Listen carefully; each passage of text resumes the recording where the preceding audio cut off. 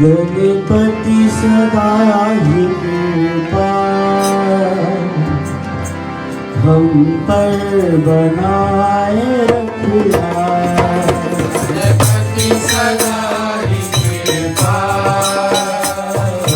हम पर बनाए रखना। गणपति सदा ही कृपा हम पर बनाए रखना।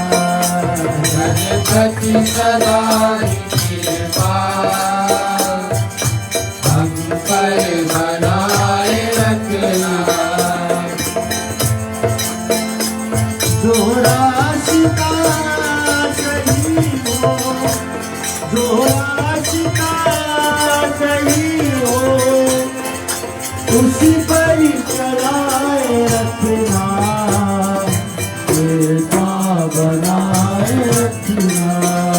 गणपति सदा ही कृपा हम पर बनाए रखना। रनक भवन के राजा लंबोदरी महाराजा, भवन के राजा लंबोदर महाराजा। पार्वती के ललना, गणपति दीन दयाला। पार्वती के ललना गणपति दीन दयाला।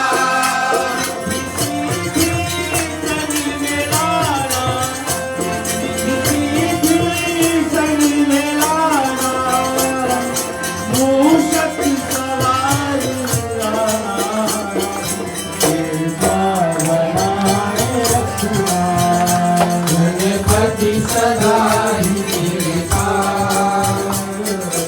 हम पर बनाए रखना। गणपति सदा ही कृपा हम पर बनाए रखना। गणपति सदा ही कृपा हम पर बनाए रखना। वंदना पधारो श्री गणेश जी, वंदना पधारो श्री गणेश जी। गौरा के लाडले गणेश जी,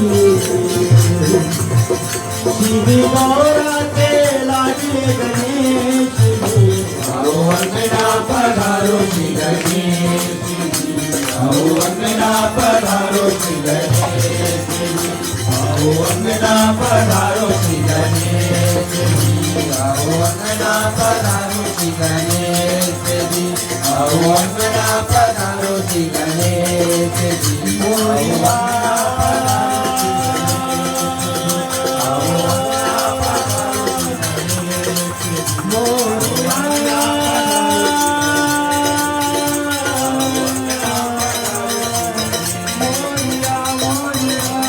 पधारो श्री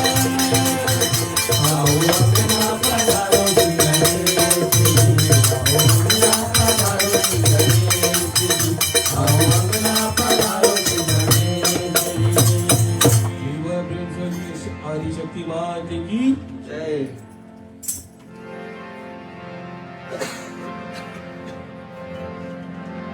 आदरणीय धर्म प्रेमियों, माँ के भक्तों, आप सभी को मैं शिव शक्ति रामायण मंडली की ओर से पुनः तीसरे दिन की कथा में स्वागत करता हूं और हार्दिक धन्यवाद।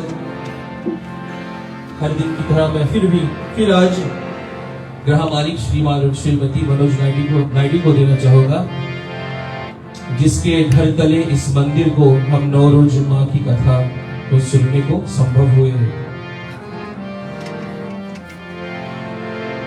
और इससे पहले कि हम कथा शुरुआत करें श्रोताओं, हम मंत्र द्वारा अन्य देवी देवताओं को आह्वान करेंगे, फिर उसके बाद माँ की चालीसा और पुनः कथा पर गौर करेंगे। तो हाथ जोड़ लें, चले हम गणेश वंदना और माँ की चालीसा फिर कथा को शुरुआत करेंगे।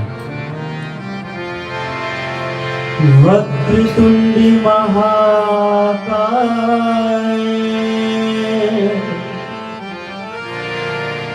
सूर्य कोटि समप्रभा निर्विघ्नं कुरु मे देवा सर्वकार्येषु सर्वदा। गुरुर्ब्रह्मा गुरुर्विष्णु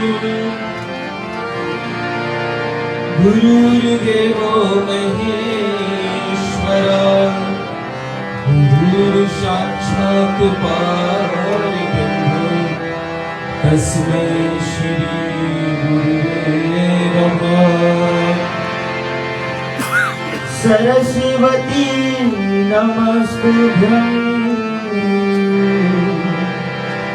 वरदे कामरूपिणी विद्यारम्भं करिष्यामि सिद्धिर्भवतु मे सदा। जयंती मंगला काली भद्रकाली कपालिनी दुर्गा क्षमा शिवा धात्री स्वाहा स्वाहा नमस्तुते। सृष्टिस्थितिविनाशिनम् शक्तिभूते सनातनी गुणश्रेयाय गुणिने नारायणी नमोस्तुते। नारायणी नमोस्तुते। नारायणी नमोस्तुते।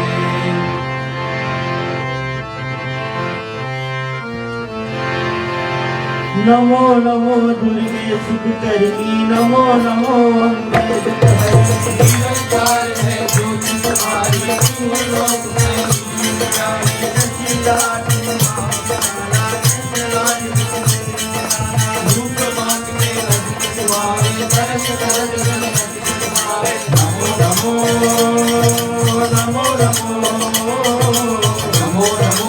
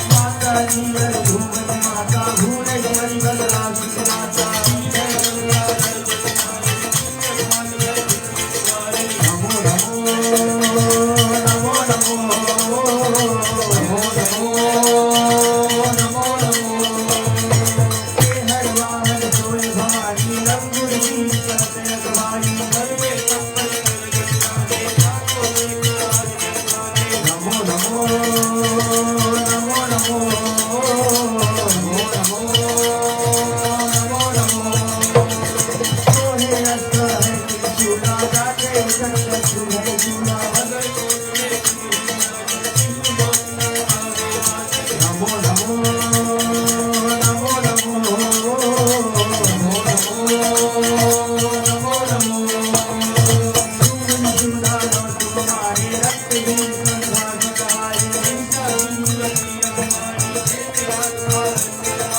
नमो नमो नमो नमो नमो नमो नमो नमो रूप काल कालिका धारा चेत कंठ सुंदरी समारा नमो नमो नमो नमो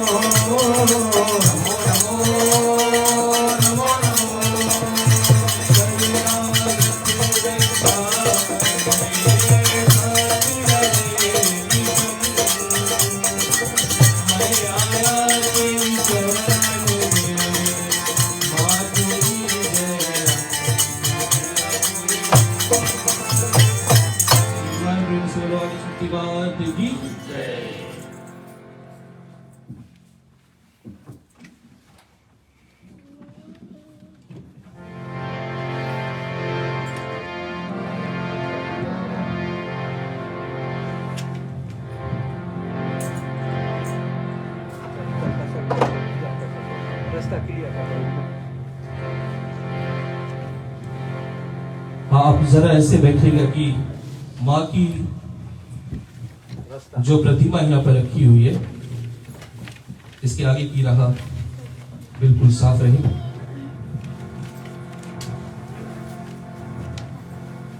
और आगे आ जाओ, तुम और आगे आओ, पीछे जगह रही।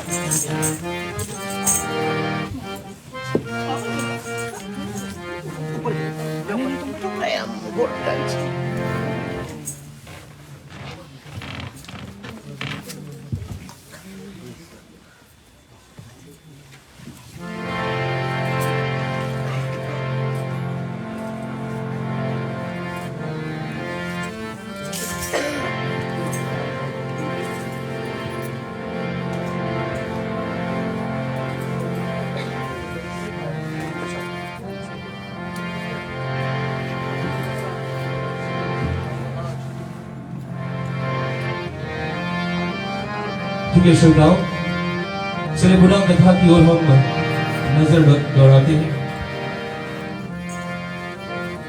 कथा जो है माँ चंद्रघंटा की है। पिछले 2 दिवस में हमने 2 आध्यात्मिक कथा श्रीमद देवी भागवत से कही और शैलपुत्री की कथा कही, और आज आप सुनने जाएंगे कि माँ चंद्रघंटा किस तरह से जो पार्वती का रूप है इसको चंद्रघंटा के रूप में मां प्रवृत्त होती है।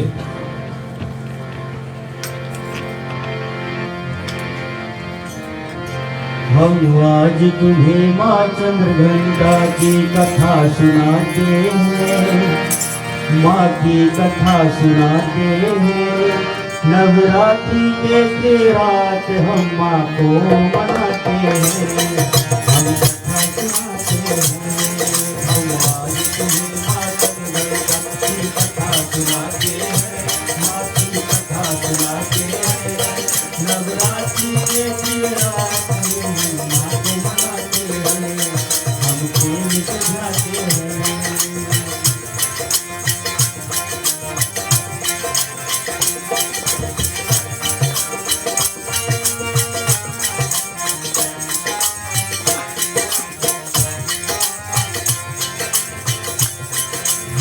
आज तुम्हें माँ चंद्रघंटा की कथा सुनाते हैं, माँ की कथा सुनाते हैं।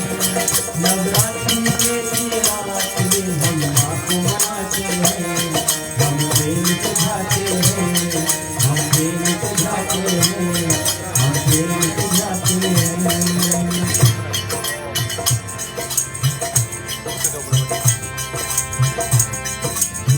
श्रोताओं,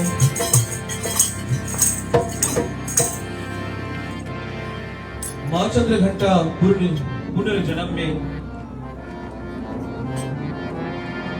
माता पार्वती ही रहती है और उन्होंने राजा दक्ष प्रजापति के घर पर जन्म लिया था। और फिर एक यज्ञ में ना जाने के लिए भोले शंकर उनको कहते हैं, दक्ष प्रजापति के यहाँ पर दक्ष प्रजापति ने यज्ञ किया तो उन्होंने सारे देवी देवताओं को निमंत्रण भेजा, परंतु अपने दामाद को नहीं निमंत्रण भेजा। और ऐसे में माता पार्वती ने हट किया, जिद किया कि मुझे जाना तो जाना है। और भोलेनाथ कहते रहे कि मत जाओ, क्योंकि बिन बुलाए जहां जाते हैं वहां इज्जत नहीं रहती है। परंतु मां सुनती नहीं है और संग में भोलेनाथ को भी लेकर चली पड़ती है। तो जब दक्ष प्रजापति के यहाँ पहुंचते हैं भोलेनाथ और माता पार्वती, तो उन्हें बड़ा निंदा का दृश्य देखने को मिलता है, क्योंकि दक्ष प्रजापति भोलेनाथ को, महादेव को किसी तरह की इज्जत नहीं देते हैं। और इसके कारण से माता अति क्रोध में होती है और खुद को हवन कुंड में संपन्न कर देती है। और उसी मृतक शरीर को लेकर भोलेनाथ बहुत दिन तक तांडव किया।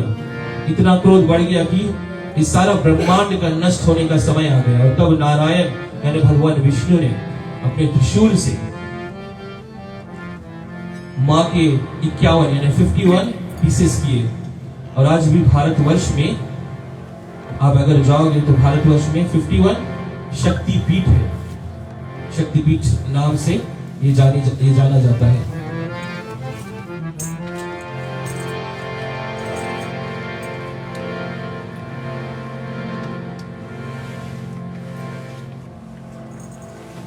और ये शक्तिपीठ उसी चीज का प्रतीक है कि मां का 51 पीसेस में जब हुई थी, ये उन्हीं की एविडेंस है।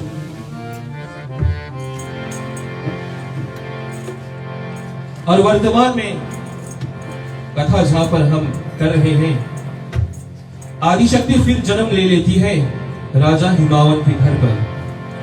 और कल आपने सुना कि जब शैलपुत्री 16 साल की हो जाती है, तब राजा हिमावन उन्हें योगी शिव के पास लेकर जाते हैं। कारण क्यों? पहला, नारद ने ज्ञात करवाया कि शैलपुत्री ही माता पार्वती है। और जब शिव के नजर में वो नहीं आएगी, जब तक शिव के नजर में नहीं आएगी, तब तक शिव योग निद्रा में ही रहेंगे। क्योंकि माता पार्वती और शिव को एक साथ मिलना है।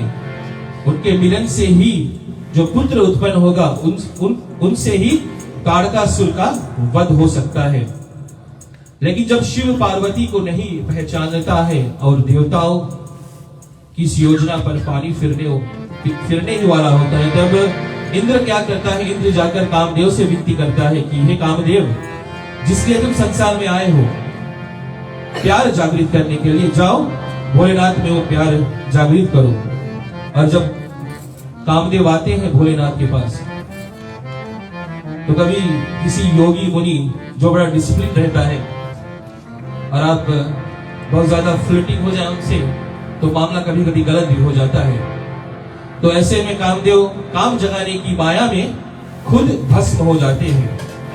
रति जब देखती है तो उनसे रहा नहीं जाता है और फिर मां लक्ष्मी आकर अदृश्य रूप से कामदेव को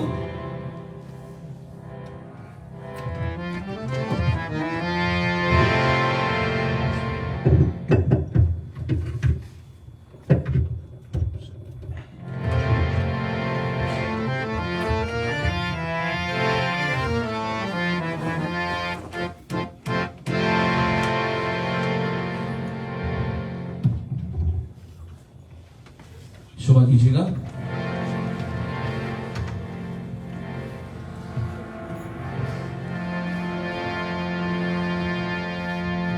तो माता लक्ष्मी आती है और फिर कामदेव को पुनः जीवित करती है।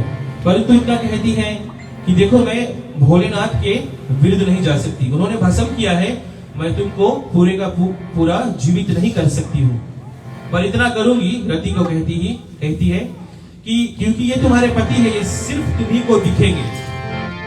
तो आज भी संसार में तब से जला हुआ भस्म हुआ, क्षमा कीजिएगा, जो कामदेव है वो आज भी मौजूद है।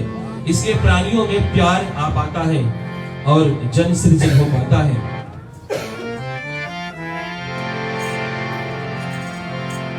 और ऐसे में कामदेव जो भस्म हो जाता है और फिर भोलेनाथ चले जाते हैं योग निद्रा में, तो देवगण सारे सोचते हैं कि क्या होगा हमारा। सबसे डरा हुआ तो इंद्र हमेशा रहता है, क्योंकि तारकासुर का जो ताकत है वो बढ़ता जाता है।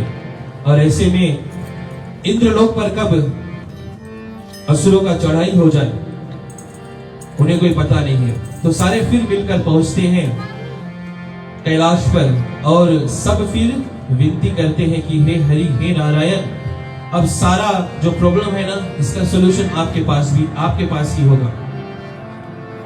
और फिर नारायण क्या करते हैं, वो चले जाते हैं भगवान शंकर के पास, भगवान को याद दिलाते हैं कि आपका विवाह होना है, माता पार्वती इंतजार कर रही है, चलो चलो इस योग निद्रा से जागो, अब बस हुआ। भोलेनाथ तब फिर याद आता है उनकी कि हाँ, पिछले जन्म में पार्वती के साथ हुआ क्या था। और जब मना लेते हैं भोलेनाथ को कि अब तुम्हें विवाह करना है माता पार्वती से, तो अब सज रही है बारात भोलेनाथ जी की और चल पड़ी है किस तरफ, राजा हिमावन के महल में। चलो कथा को हम आगे लेकर चलते हैं श्रोताओं। भोले आए हैं बारात में अंगनवा माने डमरू बाजेरा। भोले आए हैं बारात में अंगनवा में तो डमरू बाजेरा।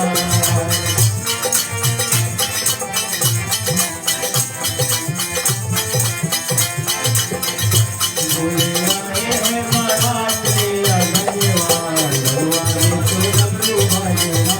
भोले आए हैं बारात में अंगनवा में तो डमरू बाजेरा। जय भोलेनाथ, जय भोलेनाथ, जय भोलेनाथ,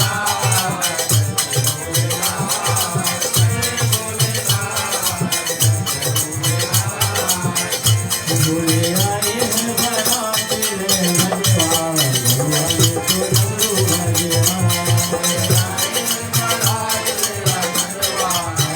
में तो डमरू बाजेरा।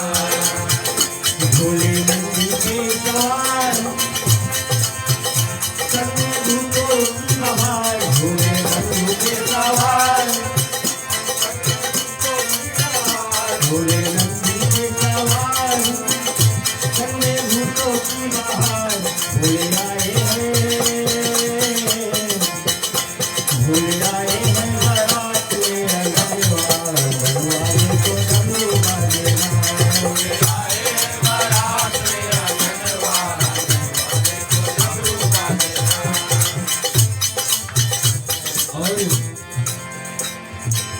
भोले जी आ गए हैं हिमावन के द्वार पर।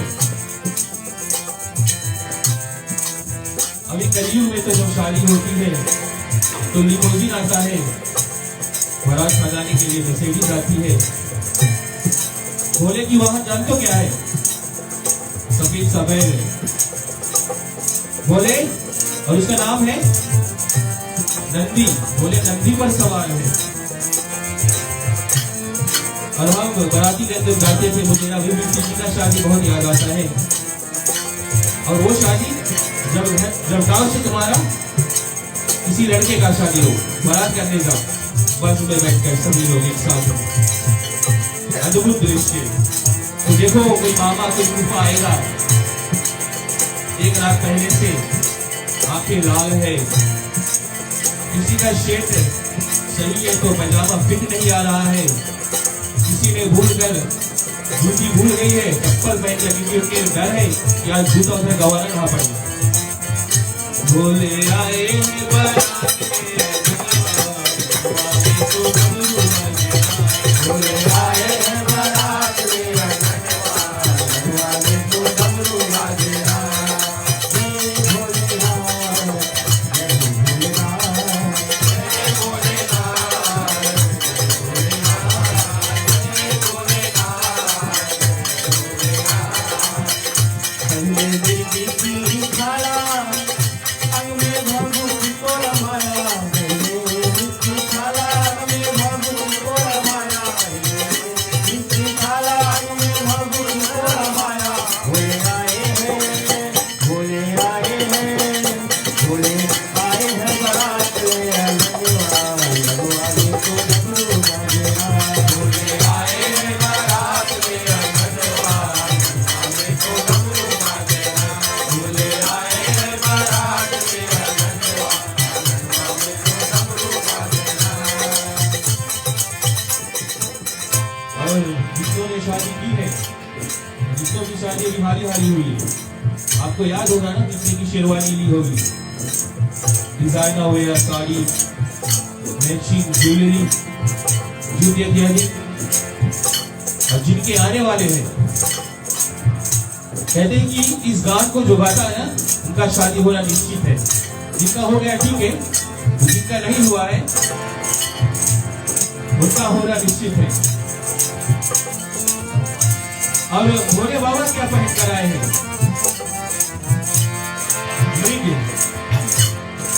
मृग की छाल पहने हैं भोले। और हम करते हैं ना ब्यूटिशियन के लगे जाकर मेकअप, कौन सा ट्रेंड वाला रहता है, परंतु भोलेनाथ जी अंग में भभूत रमाए हैं। और देखो तो उसको ऐसा लगता है वो बी ग्रेड के सी ग्रेड विलन नहीं जो दिखता है मूवीज में, देखो तो ऐसा लगता है, परंतु है भोलेनाथ। क्योंकि जो बड़े होते हैं ना उनकी पहचान ऐसे होती है, बड़े कपड़े पहनते हैं, सिर झुकाकर चलते हैं, क्योंकि उनमें गंभीरता होती है। भोले आए हैं बारात ले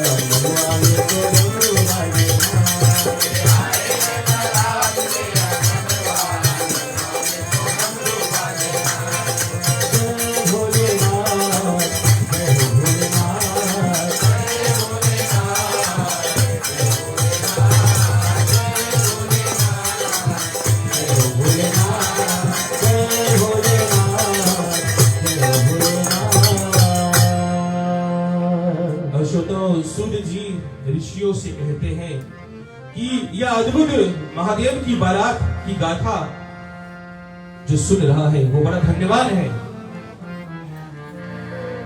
भोलेनाथ का ऐसा श्रृंगार है, कुछ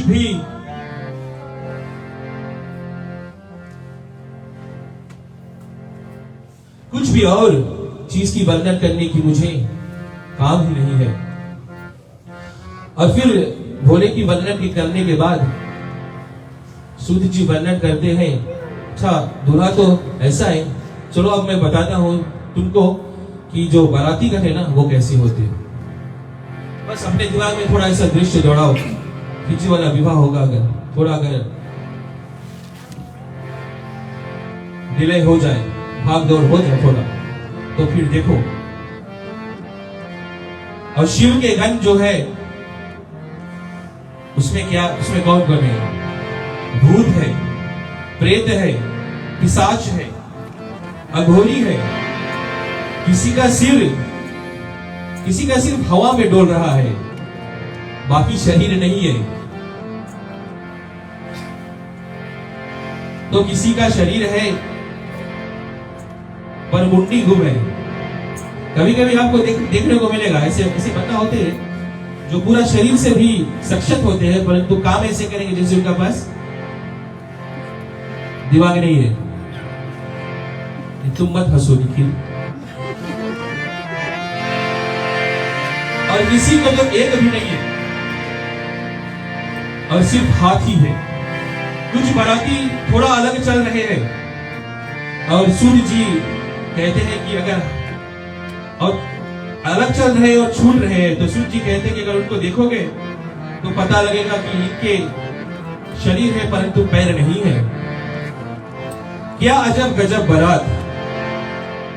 श्रोताओं, एक बार बोलो कैलाशी वासी जगतपति देव आदि देव भोलेनाथ की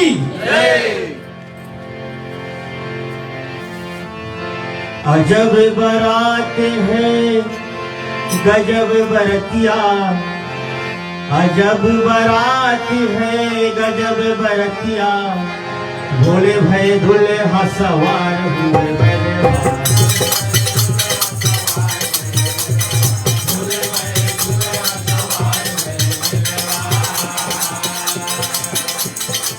अजब बारात है गजब बरतिया, अजब बारात है गजब बरतिया, भोले भय दुल्हा सवार हुए।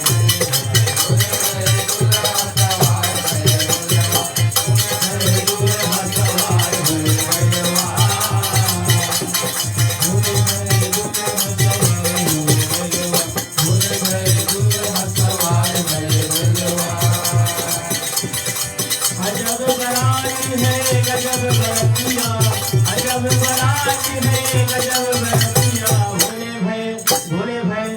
भय दुल्हा सवार हुए।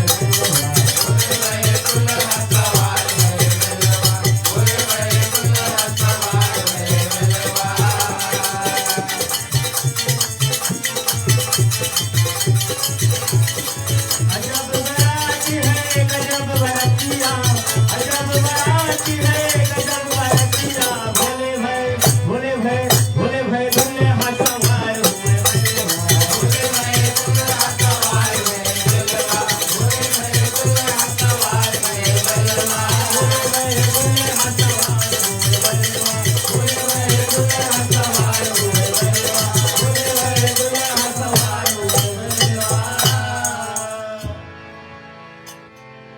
तो आकर बारात पहुंच जाती है और माता नैना आती है अपने दामाद को देखने के लिए। आते देखकर सोचती है कि मेरी कोमल सी बेटी जो है ऐसे कैसे इस अद्भुत परिवार के साथ रह सकती है। एक महल में रहने वाली राजकुमारी और देखती है आधा नंगे उनके दामाद खड़े हैं, बैल पर आए हैं, खाली घोड़ आए हैं और उनके भोलेनाथ का कोई पिता नहीं, कोई माता नहीं और उनके जितने साथी संबंधी है, भूत है, पिशाच है, किसी का घोड़ है, किसी का घोड़ नहीं है, हाथ है तो हाथ नहीं है, शरीर है तो मूड नहीं है, मूड है तो शरीर नहीं है। कैसे ऐसे मेरे जो पत्नी मेरी बेटी है, क्षमा कीजिएगा, हर माँ ये चिंता करती है अपने बच्चों के लिए। माँ का स्वभाव सदा अपने बच्चों के लिए अच्छा संसार की उपेक्षा करता ही करता है और ब्रह्मचारिणी रूप में होते हुए भी माता ने अपने माँ की चिंता का पहचान कर लिया। एक जननी में ही हो सकता है, अभी ब्रह्मचरणी है, रूप में है माता पार्वती, विवाह तो हुआ नहीं है, परंतु फिर भी एक माँ की जो परेशानी है ना, अपनी माँ को देखकर वो पहचान लेती है।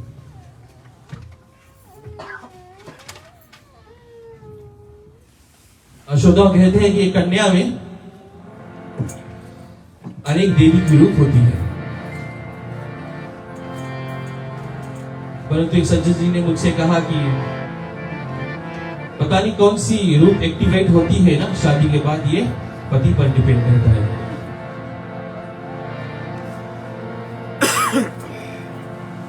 ये 9 रूप में से पता नहीं कौन सा रूप एक्टिवेट होती है शादी के बाद, ये पति के व्यवहार पर डिपेंड करता है। और ब्रह्मचरणी देवी पार्वती अपनी देवी शक्ति से ये याद कर लिया कि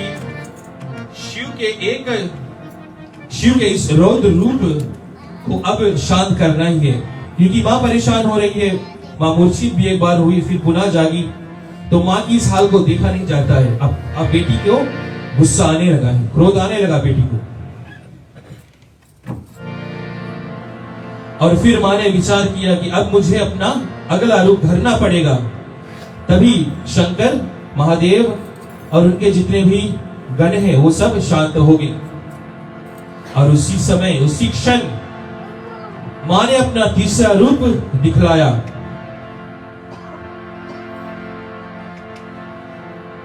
और वो रूप इतना भयभीत करने वाला है श्रोताओं, जिसका नाम है चंद्र घंटा। और इस रूप में मां को चंद्र और घंटा से इसलिए जोड़ा गया है क्योंकि मां चंद्र की तरह शीतल है। परंतु आप घंटे को देखा कभी? घंटा का क्या काम है? घंटा का काम यह है शोर करना, और शोर से अच्छो भी निकल जाती है। तो मां गुस्से में जब आती है और दहाड़ती है, पर ये रूप आप लोगों मत अपनाना अपने पति के साथ, ठीक है? जब मां चंद्र घंटा रूप में आती है तो ऐसे शोर से राक्षसों को वध करती है कि उस रौद्र रूप को देखकर देवता भी कांप जाते हैं। चलो मैं मां की इस रूप को थोड़ा बखान दूं। इस रूप में मां के पास 10 हाथ है और तीसरा नेत्र हमेशा खुला रहता है। मां के हर हाथ में कुछ ना कुछ अस्त्र है, त्रिशूल है, गदा है, तलवार है, धनुष है, बाण है, कमल का फूल है, जप माला है, अमर मुद्रा है और ज्ञान मुद्रा है, क्षमा कीजिए अभय मुद्रा है। ये 10 वस्तुएं मां धारण की हुई है और मां की सवारी शेर या भेड़िए की है। मां का इस रूप देख भोलेनाथ के साथ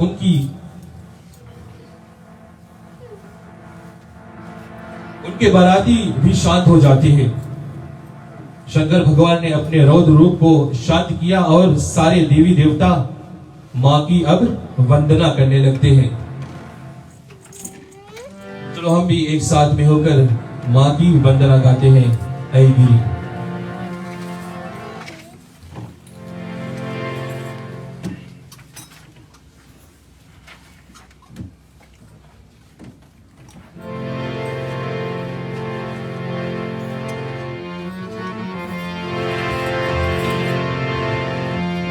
गिरि नंदिनी नंदित मेदिनी विश्व विनोदिनी नंदनुते गिरिवर विंद शिरोधि वासिनी विश्व विलासिनी सुनते भगवती है सिद्धि कंद कुमुंडनी घोर कुमुंडनी घोर कुटे जय जय जय महिषासुर मर्दनी कपालिनी शैल सुखे सुरवर वर्षनि दुर्धर वर्षनि सुरपुर वर्षनि हर्षरते त्रिभुवन पोषणि शंकर पोषणि विविध पोषणि घोषरते धनुजनि रोषणि सुत रोषणि कुर्मत शोषणि सिंधु सुते जय जय हे महिषासुर मर्दनि कपालिनी शैल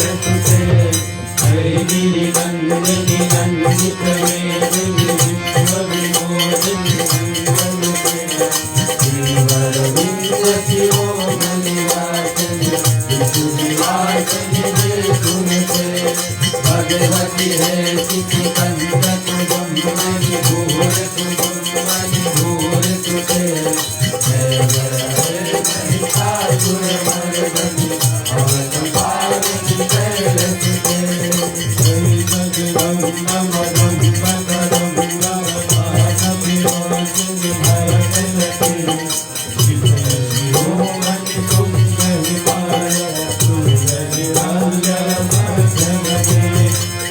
मधुरे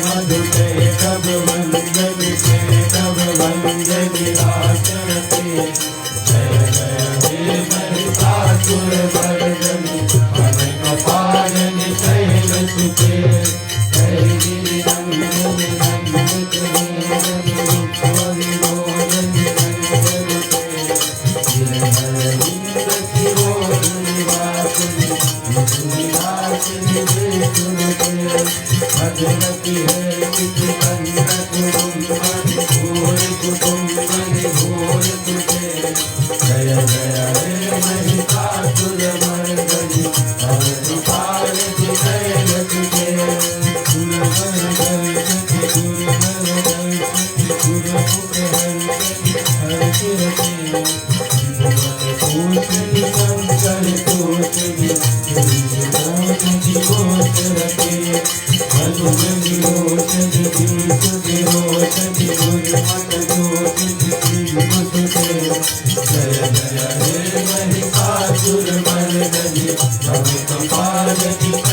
तुझे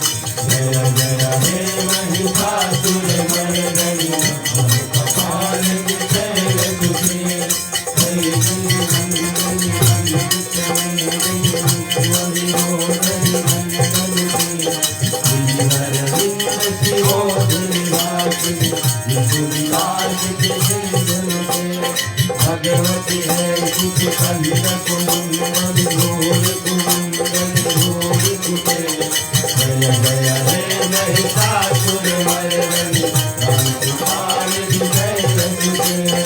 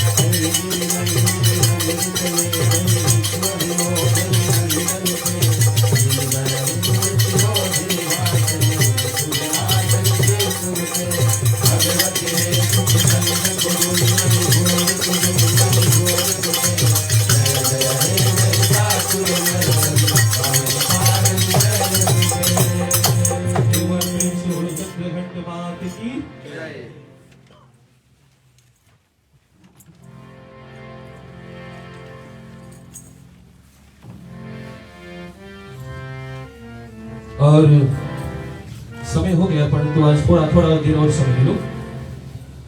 इधर भगवान विष्णु ने फिर शिव को दूल्हे के रूप में सजाया और उस रूप को चंद्रशेखर भी कहते हैं। श्रोताओं, विवाह के बाद माता पार्वती और भोलेनाथ कैलाश पर वास करने लगे।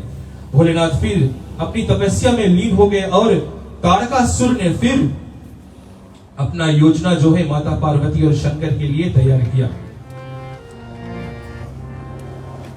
और एक समय की बात है कि चांद निकलने ही वाला था। तारकासुर और अट्टासुर, समझ लीजिएगा, तारकासुर ने अट्टासुर और जाटुकासुर को, इन दोनों दैत्यों को आवाहन किया और उन्हें कैलाश की ओर पठाया। जाटुकासुर क्या था जानते हो? एक चमगादुर था, बैट का रूप धारण किया और आकाश में जितने और चमगादुर को थे उनके साथ उनको लेकर उड़ गया। अब आकाश में सारे चमगादुर भर गए और मां पार्वती ने यह दृश्य देख शंकर को योग निद्रा से उठाने की साहस किया।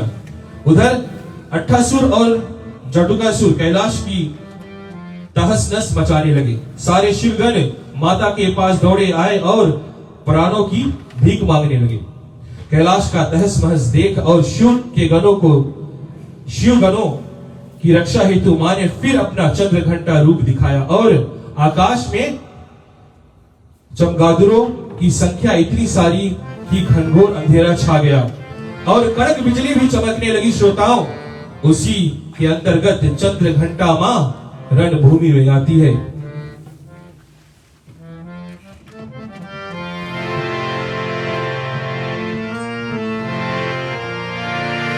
रूप है न्यारी मैया तुम्हारी, चंद्र घंटा कभी शैल कुमारी, रंग में भवानी चले तेरी सवारी, रंग में भवानी हो चले तेरी सवारी, रंग में भवानी हो चले तेरी सवारी। रूप है नारी मैया तुम्हारी, चंद्र घंटा कभी शैल कुमारी, रंग में भवानी हो चले तेरी सवारी, रंग में भवानी चले तेरी सवारी।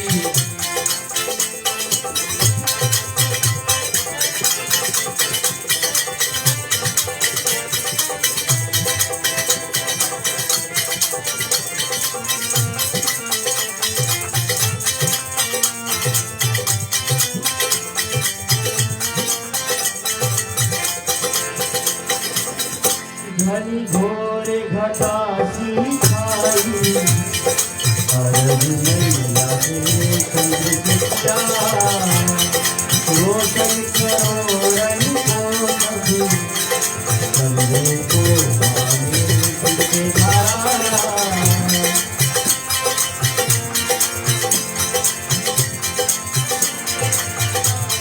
रूप विराय बनाई,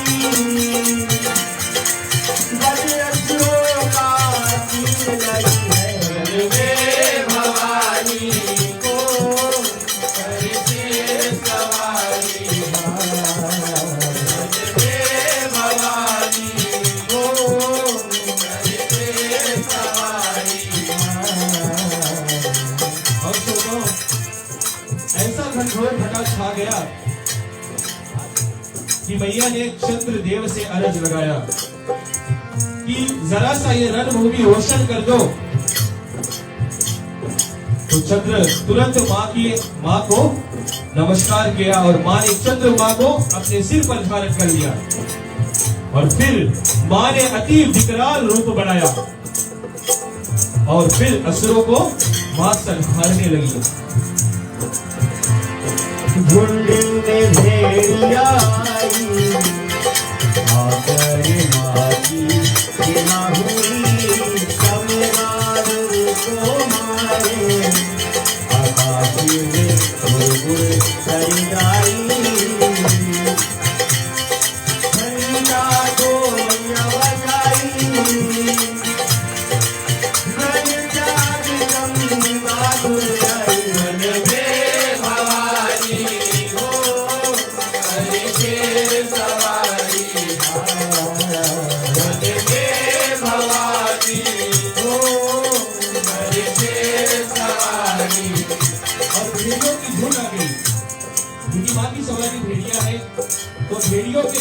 गई, यानी कि वुल्फ, उनकी झुंड आ गई। और क्योंकि और कोई तो है नहीं कैलाश पर, तो आकर माँ की सेना हो जाती है और ऐसे मिलकर चंद्रघंटा रूप में माँ अपने सेना के साथ चमगादुरों को मार रही है। और सारे चमगादुर क्या है, जमीन पर से उड़ उड़ के अब आकाश में जा रहे हैं। और चलो आगे की तरह सीखते हैं। भेड़िया झपट से गिराई, असुर को धरती पे गिराई। माता ने घंटा से निर्मल, असुर के बड़े मारे लगी। शंखों को काटे तलवार से,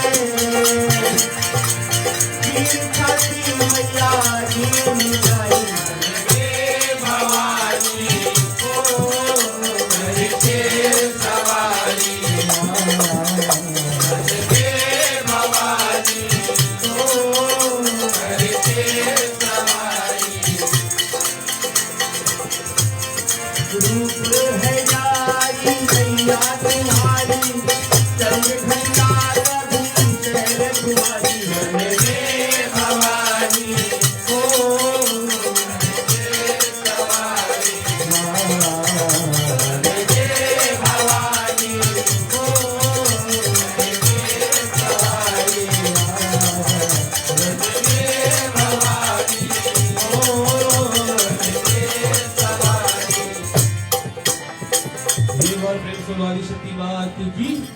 और झपट भेड़िया ने दिखाई और धरती पे असुर को लीन लाई।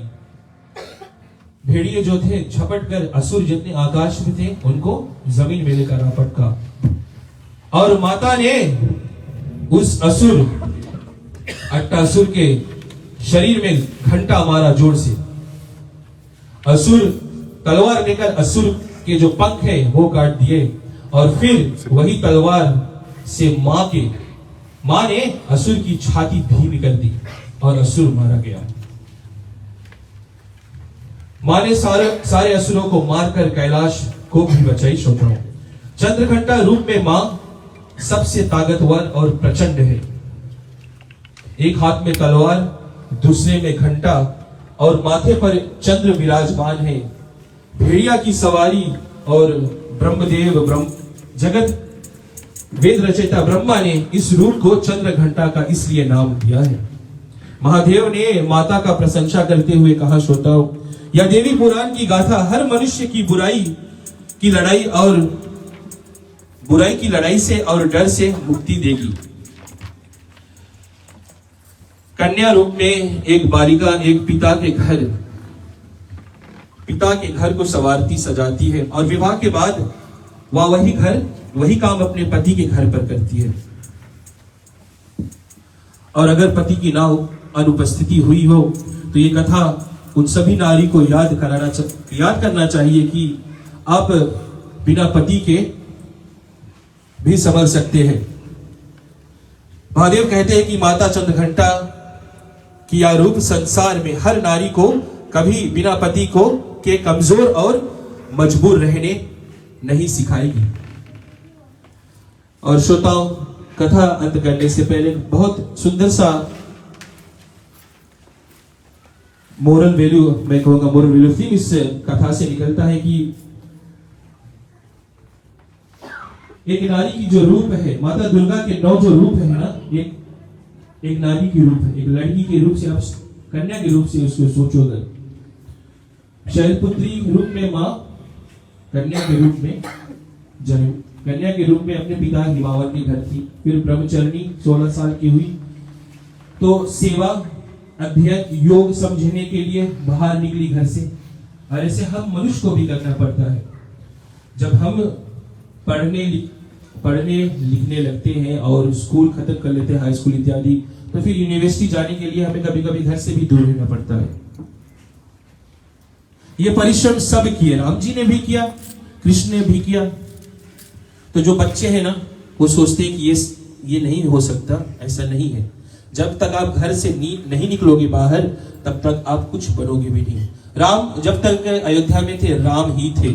जब राम वनवास होकर आए तब जाकर राम मर्यादा पुरुषोत्तम बने।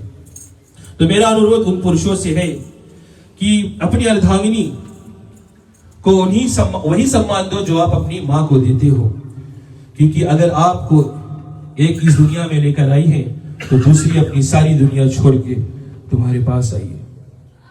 एक बार प्रेम से बोलो आदिशक्ति माता की जय। चलो खड़े हो जाए और हम आरती के लिए तैयारी करते हैं।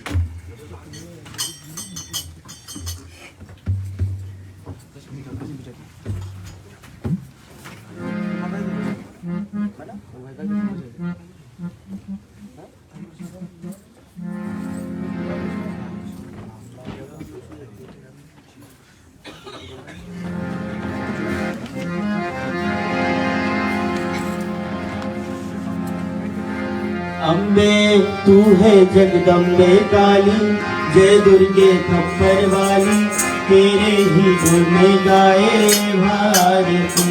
मैया हम सब गाए तेरी आरती। अम्बे तू है जगदम्बे काली, जय दुर्गे खप्पर वाली, तेरे ही गुण में गाए भारती। मैया हम सब गाए तेरी आरती।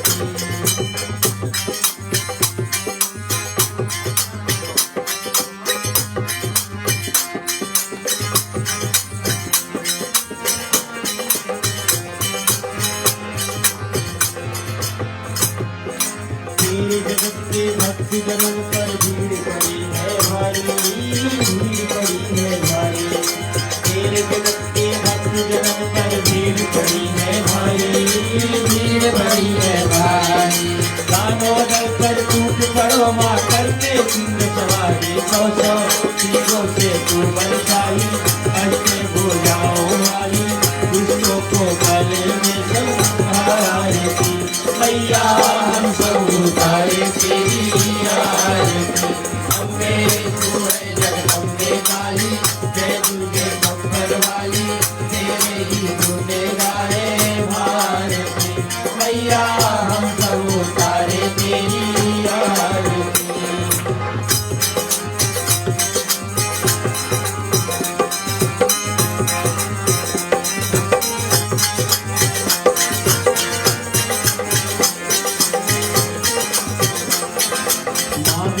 का है इस जग में बड़ा निर्मल माता, बड़ा निर्मल माता।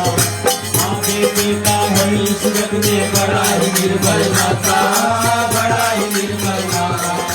कूट कपूट में है करुणा माता की माता, करुणा बरसाने वाली, अमृत बरसाने वाली, दुखियों के दुख हरने वाली।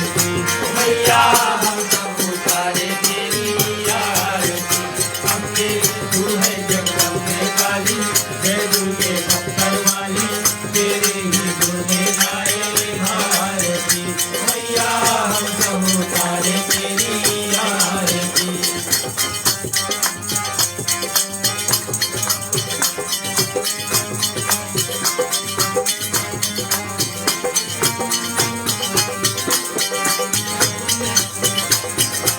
नहीं मांगते धन और दौलत, ना चांदी ना सोना, ना चांदी ना सोना। नहीं मांगते धन और दौलत, ना चांदी ना सोना, ना चांदी ना सोना। हम तो आगे मांगे बच्चे छोटा सा सोना सोनी, बिगड़ी बनाने वाली, राज बचाने वाली, सतियों के सपने को संभालती। मैया हम सब उतारे तेरी आरती। अम्बे तू है जगदम्बे काली, जय दुर्गे खप्पर वाली, तेरे ही गुण गाए भारती। मैया हम सब उतारे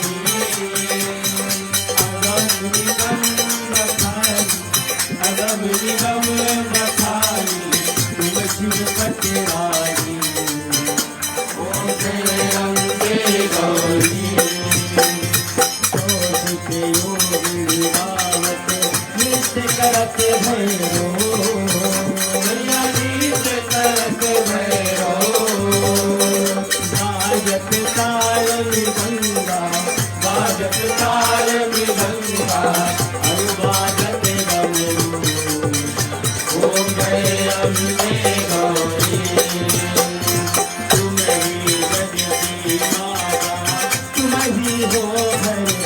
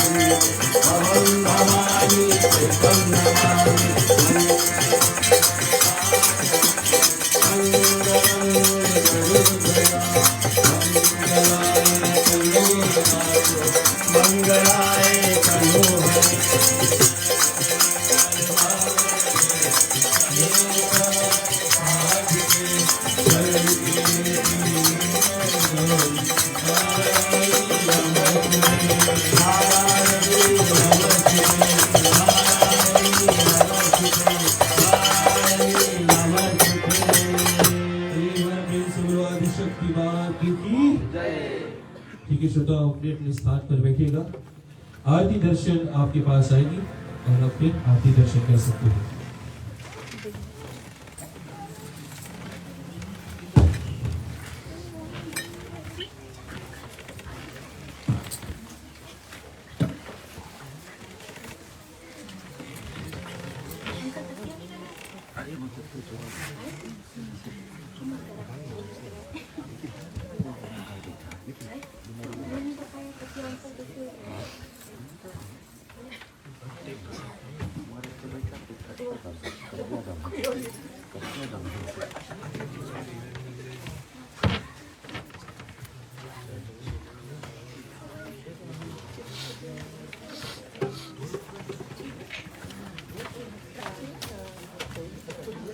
ठीक है श्रोता, हाथ जोड़ लें। आरती दर्शन आप करते रहिएगा, तब आपके पास आरती आएगी।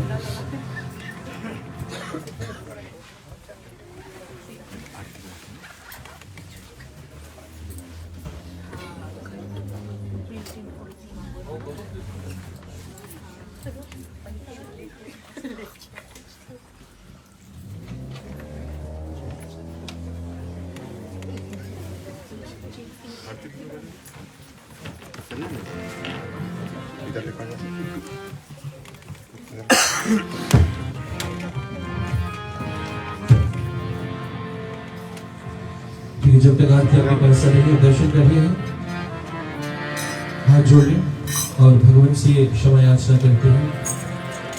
आवाहन न जाना मैं, ना जाना मी विसर्जनम,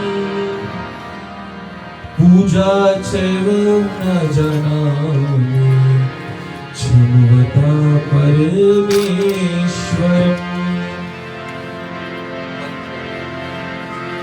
मंत्रहीनं क्रियाहीनं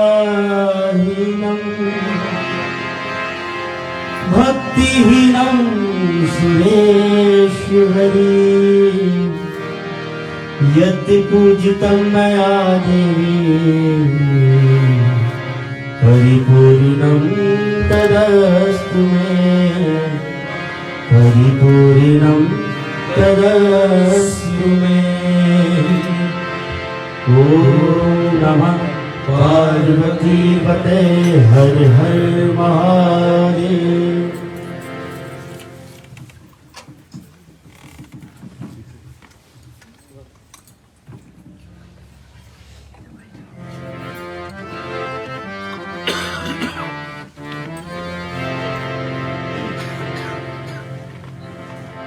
तेरी गोद में सर है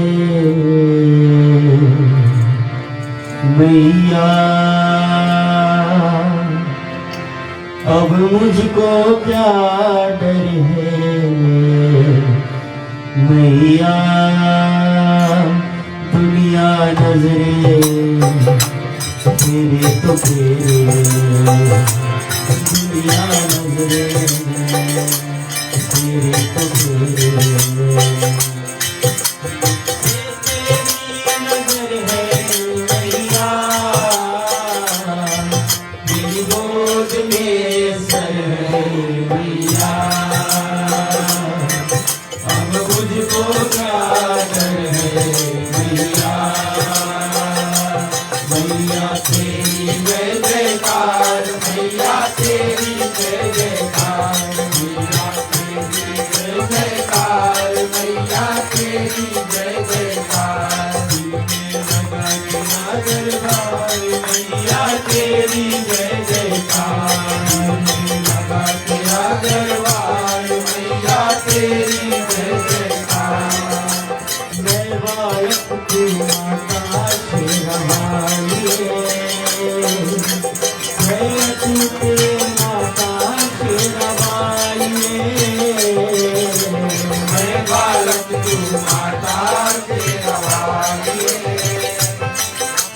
मैं तू तेरी माता शेरवाली, शेरवाली माँ लखवाली माँ पहाड़वाली माँ जोतवाली माँ, मैं बालक तू माता शेरवाली, मैं तू तेरी माता शेरवाली, मैं बालक तू माता शेरवाली, मैं तू तेरे माता शेरवाली, मैं बालक तू माता शेरवाली, मैं तू तेरे माता शेरवाली।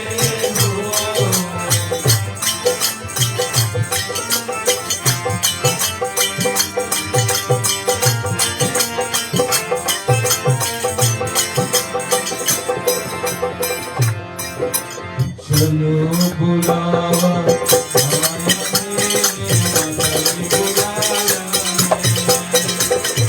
चलो बुलावा आया है माता ने बुलाया है, चलो बुलावा आया मेरे माता ने बुलाया है, चलो बुलावा आया है माता ने बुलाया है। कमर वाली मैया, कमर वाली मैया,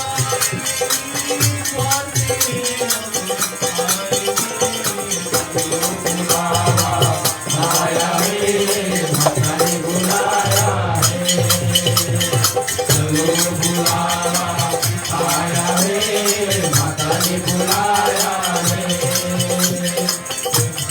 जय माता दी, जय माता दी, जय माता दी, जय माता दी, जय माता दी, जय माता दी, जय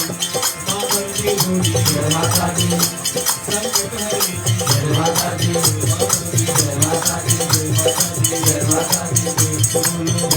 दी, जय माता दी, जय माता दी, जय माता दी, जय माता दी, आगे वाली जय माता दी, जय माता दी, जय माता दी, जय माता दी, बांसुरी वाली जय माता दी, जय माता दी, जय माता दी, जय माता दी, जय माता दी, जय माता दी,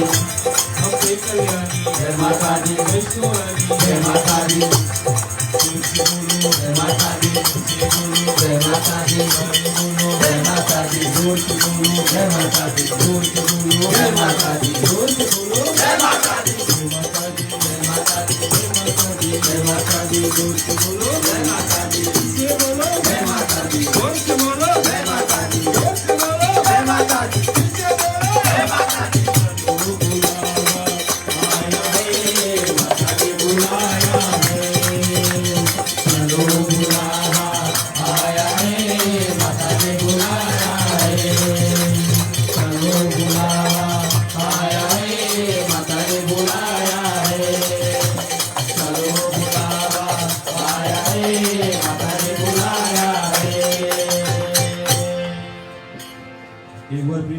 शक्तिवाद की।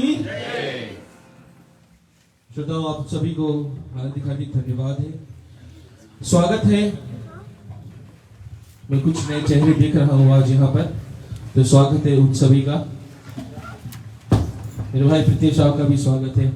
आपकी सासू माँ आई हुई है फिजी से, इधर है आंटी, आपका भी स्वागत है। आप जितने भी लोग आज पहली बार आए हैं, स्वागत है आपको और हार्दिक धन्यवाद है